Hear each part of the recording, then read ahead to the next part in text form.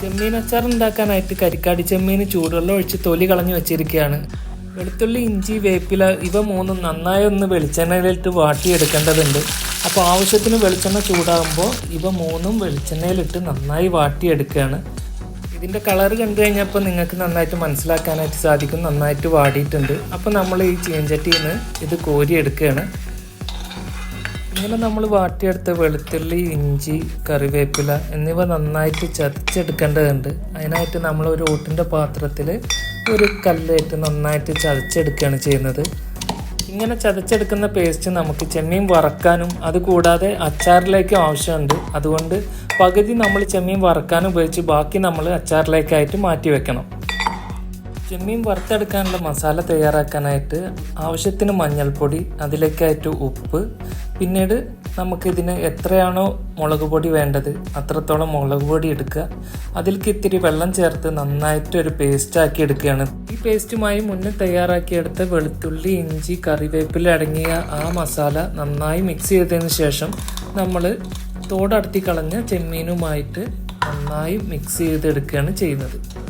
അപ്പോൾ ഇതിലേക്ക് ഈ ഒരു മസാല പരമാവധി എല്ലാ ഭാഗത്തും പിടിക്കുന്ന രീതിയിൽ നന്നായി തന്നെ നമ്മൾ മിക്സ് ചെയ്തെടുക്കേണ്ടതുണ്ട്. എന്നിട്ട് ഒരു 10 മിനിറ്റ് നമ്മൾ ഈ മസാല എല്ലാം അതിൽ പിടിക്കാനായിട്ട് മാറ്റി വെക്കണം.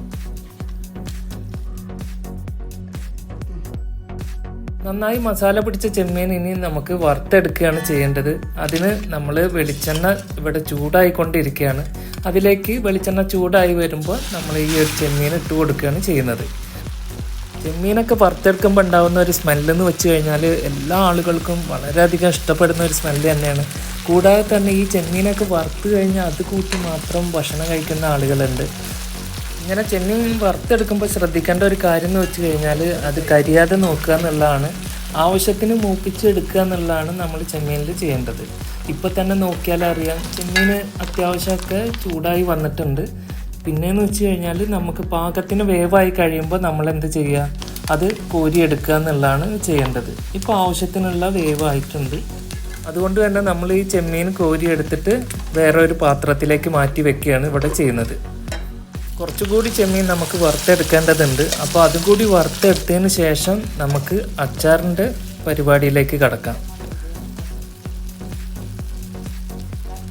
ഇതോടെ നമ്മൾ ചെമ്മീൻ വറുത്തെടുക്കുന്ന എല്ലാം കഴിഞ്ഞിരിക്കുകയാണ്. അപ്പോൾ ഇതുകൂടി കോരി വെച്ച് കഴിഞ്ഞാൽ എന്ത് ചെയ്യാം, നമുക്ക് ചെമ്മീൻ അച്ചാറിടുന്നതിലേക്ക് കിടക്കുകയാണ്. അപ്പോൾ ചെമ്മീൻ്റെ വറുത്തെടുത്ത ആ എണ്ണയിലൂടെ തന്നെയാണ് നമ്മൾ അച്ചാർ ഉണ്ടാക്കിയെടുക്കാൻ പോകുന്നത്. അതിലേക്കായിട്ട് കുറച്ച് കറിവേപ്പില ആദ്യം ഇട്ട് ചൂടാക്കി എടുക്കുകയാണ്. വാട്ടി ചതച്ചെടുത്ത മസാലയാണ് നമ്മൾ ഇടുന്നത്. പിന്നീട് നമ്മൾ നന്നായിട്ടൊന്ന് ചൂടാക്കി എടുത്തതിന് ശേഷം ഇതിലേക്ക് അല്പം മുളക് പൊടി, അതുപോലെ തന്നെ ആവശ്യത്തിന് അച്ചാർ പൊടി എന്നിവയെല്ലാം ചേർത്ത് നന്നായിട്ട് മിക്സ് ചെയ്തെടുക്കുകയാണ് വേണ്ടത്. ഇങ്ങനെ ഇത് നന്നായിട്ടൊന്ന് വഴറ്റിയെടുത്തതിന് ശേഷം നമ്മൾ എന്ത് ചെയ്യുക, ഇവിടെ വറുത്തെടുത്തിട്ടുള്ള ചെമ്മീൻ ഇതിലേക്ക് കൊട്ടുകയാണ് ചെയ്യുന്നത്. ഇതിനെ നന്നായിട്ട് ഇളക്കിയെടുത്തതിന് ശേഷം നമ്മൾ എന്ത് ചെയ്യാം, ഇതിലേക്ക് ആവശ്യത്തിന് മഞ്ഞൾപ്പൊടിയാണ് ഇനി ഇട്ട് കൊടുക്കേണ്ടത്.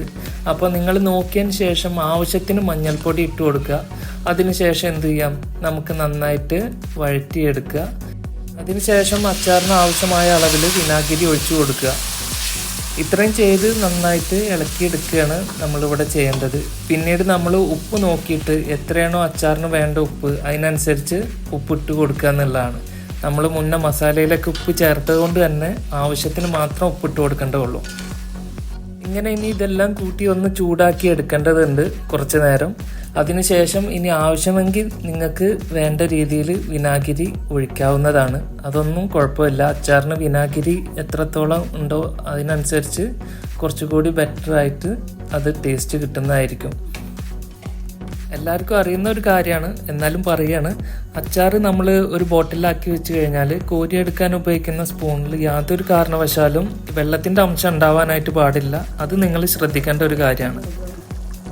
നിങ്ങൾക്ക് ഈ വീഡിയോ ഇഷ്ടപ്പെട്ടു കഴിഞ്ഞാൽ തീർച്ചയായും വീഡിയോ ലൈക്ക് ചെയ്യുക, അതുപോലെ തന്നെ ഷെയർ ചെയ്ത് സപ്പോർട്ട് ചെയ്യുക.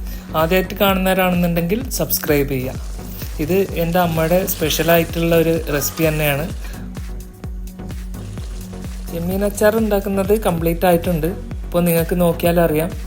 പിന്നെ നമ്മൾ ചെയ്യേണ്ടത് ചെമ്മീനച്ചാർ ഉണ്ടാക്കി കഴിഞ്ഞാൽ അത് തണുത്തതിന് ശേഷം മാത്രം ബോട്ടിലേക്ക് ആക്കാൻ വേണ്ടി പാടുള്ളൂ.